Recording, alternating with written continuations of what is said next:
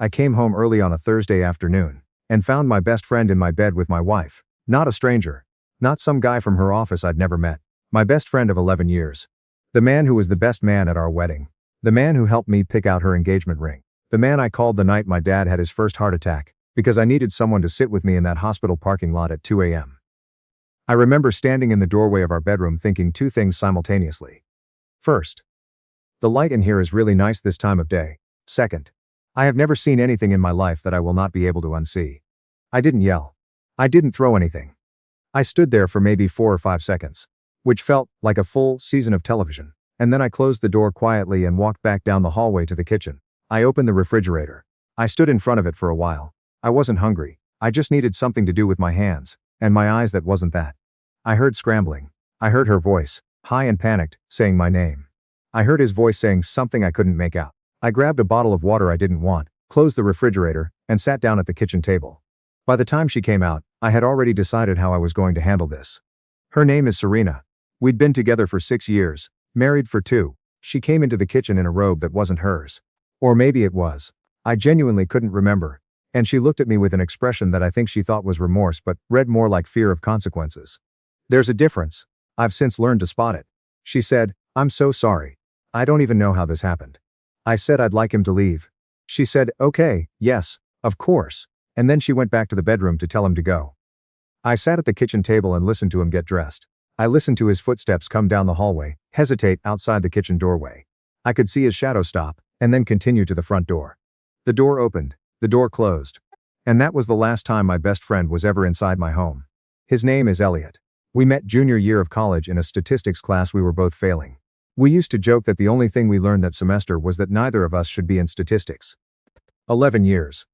I was at his mom's funeral. He flew out to Portland when I got my promotion. He called me every week during COVID just to check in, back when everyone was scared and isolated, and none of us really knew what was happening. 11 years. Gone in the time it took me to close a bedroom door. I didn't file for divorce that week. I probably should have, but I didn't. I did what a lot of people do, which is I tried to understand it. I asked questions. I listened to explanations. I sat across from my wife in our living room on multiple evenings, and let her tell me how it had been going on for 4 months, how it started as nothing, how she never meant for it to go anywhere, how she loved me, how she was so sorry. 4 months. That's not a mistake, that's a schedule. Her family found out before mine did. Her mother called me 2 weeks after I found out, and I thought she was calling to apologize. Or at least to acknowledge what her daughter had done. Instead she said, "I really hope you two can work through this. Serena needs your support right now." I asked her to repeat that. She said it again, word for word. I told her I'd be in touch, and I got off the phone, and I sat in my car, in the parking lot of a Walgreens for 20 minutes just staring at the steering wheel. My own family was only slightly better. My parents have been married for 34 years, and I think that shapes how they see these things. My dad said, quietly and carefully, that people make mistakes.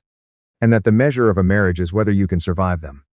My mom asked if we'd thought about couples therapy. My brother, who is 3 years younger than me, and has always looked up to Elliot, because Elliot is the kind of guy who commands a room, said. And I want to be precise here because I've replayed it many times. He's still your friend, man. He made a bad call, but he's still the same guy. I hung up on him. I've only hung up on someone twice in my adult life. And both times were in the 3 weeks after I found out about this. The therapy thing. We tried it. We did 6 sessions with a couples therapist in a nice office in Midtown Atlanta, with succulents on the windowsill. And a very calm woman named Dr. Something who used phrases like repair attempts and bids for connection. Serena cried in most of those sessions. I sat there and tried to access feelings I could talk about out loud, and mostly what I found was nothing, and caught rage. Not grief, exactly. Just this flat, gray nothing that I didn't know how to describe. After the 6th session, I drove home alone. We'd started taking separate cars, which tells you something, and I sat in the driveway. And I thought, I do not want to repair this, I don't want to make bids for connection, I want to not be here anymore. I filed for divorce the next morning. I also sent Elliot a message. It was 3 sentences. It said, "I know you know what you did. I don't need you to explain it or apologize for it. Don't contact me again." And then I blocked him on everything. He tried to reach me through mutual friends. A few of them called to relay messages. Things like, "He's really torn up about this, and he wants a chance to explain." I told each of them the same thing. "If you pass another message to me from him, I'm going to need some space from you too." That stopped it pretty quickly. The divorce took 7 months. Atlanta is an equitable distribution state, and we didn't have kids, so it was mostly just the house, and the accounts and the furniture and the logistics. Of untangling two people, who had been legally bound for 2 years. And practically bound for 6. She got to keep the apartment we'd been renting since we sold the house. I signed a lease on a 1-bedroom in Buckhead. And started over from a mattress on the floor, and 3 boxes of kitchen stuff. I also went mostly silent on my family. Not completely. I still called my parents on their birthdays. Still answered when they called about genuinely important things. But I stepped back from the group chats. I didn't go home for Thanksgiving. I sent a Christmas card without going in person. My brother I didn't talk to at all for close to a year. His comment about Elliot still being the same guy had lodged somewhere in my chest, and I couldn't dislodge it. I'm not saying what I did was perfect. I know stepping back from my parents, who weren't really the ones who'd done anything, wasn't entirely fair to them. But grief makes you draw circles around yourself, and the circle I drew was small. I had my apartment. I had my job. I managed logistics for a mid-sized distribution company, which is not glamorous but pays well and gives me enough structure that I don't disappear into my own head entirely. I had a gym I started going to 4 times a week. Because I needed somewhere to put the energy that had no other outlet. For about 8 months, that was my life. Small and quiet and mine. And then my brother called me on a Tuesday evening in November. I almost didn't pick up. We hadn't spoken in close to a year and I didn't know what version of him I was going to get. The conciliatory one, or the defensive one. But something made me answer. Maybe just curiosity, he said. Hey, I know things have been bad between us. I'm not calling to get into all of that. I'm calling because I think you should know something, I said. Okay, he said, Serena is pregnant. The room felt very quiet. I said okay. He said she called mom. She wanted mom to reach out to you. She said the baby is Elliot's. I said why would she call mom? He said I think she's having a hard time. Elliot isn't, he's not really stepping up, from what I can tell. She's by herself. I said that's not my problem. He said I know. I just thought you should know. I thanked him for telling me, and we talked for a few more minutes about nothing much, and when I got off the phone I felt something I hadn't expected to feel. Which was a strange, quiet kind of relief. Not because she was struggling. I don't wish anyone a hard pregnancy alone, but because the story had resolved itself into something that made complete sense. She had blown up our marriage for a man who was not going to show up for her. And now she was standing in the middle of the wreckage she'd made. And there was nothing I could do about that, and nothing I needed to do about that. I made a sandwich. I watched television. I went to bed. 2 weeks after that call, she came to my apartment. I saw her on the camera. I have a video doorbell. My building requires a fob to get into the lobby. But one of my neighbors must have let her in. Because there she was on my phone screen. Standing in the hallway outside my door. Her coat open over what was clearly a pregnancy that had progressed further than I'd realized from my brother's description. She knocked. I watched her knock on my phone screen from the couch. I thought about not opening the door. I stayed on the couch for maybe 90 seconds and thought about just letting her stand there until she left. But then I thought, I have spent the last 8 months learning how to be a person again. I can open a door and say what needs to be said and close the door again. I can do that. I opened the door. She looked like she hadn't been sleeping. Her eyes were a little puffy, and her hair was different than I remembered it, shorter now, and she was about 6 months along, clearly. She said, "Can I come in?" I said, "No, what do you need?" She flinched a little. Not dramatically, just a small involuntary thing. Then she said, "I just wanted to explain. And to apologize. A real apology, not like the ones before." I said, "You explained, I heard you." She said, I know I did, but I've had a lot of time to think and I realized that what I said back then was about me trying to make myself feel better. I want to actually say I'm sorry for what I did to you." I looked at her for a moment. I thought about Dr. Something's office and the succulents and the phrase repair attempts. I thought about the parking lot of the Walgreens. I thought about my brother saying Elliot was still the same guy. I said, "I appreciate that, I do, but I want you to understand something. I forgave you a long time ago. Not for your sake, but because I'm not interested in carrying that around. I'm not angry at you anymore. But I'm also not going to be in your life, and I'm not going to be in your child's life, and that's not going to change." She said, I know that." Then she said, "What we did to you was wrong. I know that, now in a way I didn't then. I was selfish and I hurt you, and then I expected you to hold me while I dealt with the consequences. And that wasn't fair." I said no, it wasn't. There was a pause. The hallway was very quiet. Someone's TV was on a few doors down, muffled through the wall. She said, "Is there any chance?" I said no. She nodded. She didn't push it. That surprised me. I had expected her to push it. She just nodded and said okay. She looked down at the floor for a second, and then back up at me. She said, "I hope you're doing okay." "I mean that." I said, "I am." And then she left. I closed the door. I stood in the hallway of my apartment for a minute. Then I went back to the couch and sat down and did not turn the television back on for a while. I called my brother back that night. Not because the visit with Serena had changed anything, but because something had shifted.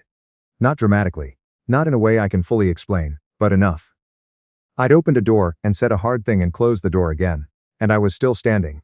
That made me feel like I could open some other doors too. My brother picked up on the second ring, which told me he'd been hoping I'd call. I said, "Hey, what you said about Elliot, the same guy thing." He said, "Yeah, I know, that was wrong." I don't know why I said it. I said, "I think you were scared of losing him too. He's been in your life almost as long as mine." He was quiet for a second, and then he said, "Yeah, I think that's right." I said, "I get it.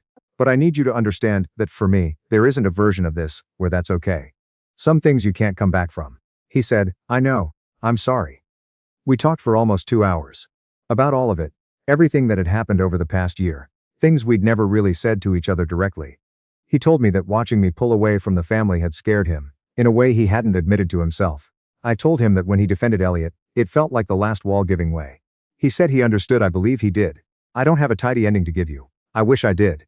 Life doesn't really work that way. I know that Serena had the baby, a boy. I know because my mom told me, not because I asked. I don't know if Elliot is involved or not. I don't need to know. I go to the gym 4 times a week. I have a standing Friday dinner with 2 guys from work. I'm getting better at cooking. Specifically, I've gotten very good at a chicken piccata that I'm genuinely proud of. I went to see my parents at Christmas this year, the first time in 2 years, and it was awkward and then it was okay and then it was actually good. My dad cried a little when I showed up, which he would absolutely deny if you asked him. My brother and I talk most weeks. Not about Elliot. About other things. Football, mostly. His daughter, who is 2.5, and apparently very opinionated about which shoes she wears each day. Regular things. I don't think about Serena much anymore. When I do, it's not with anger. It's more like the feeling you get when you drive past a neighborhood where you used to live.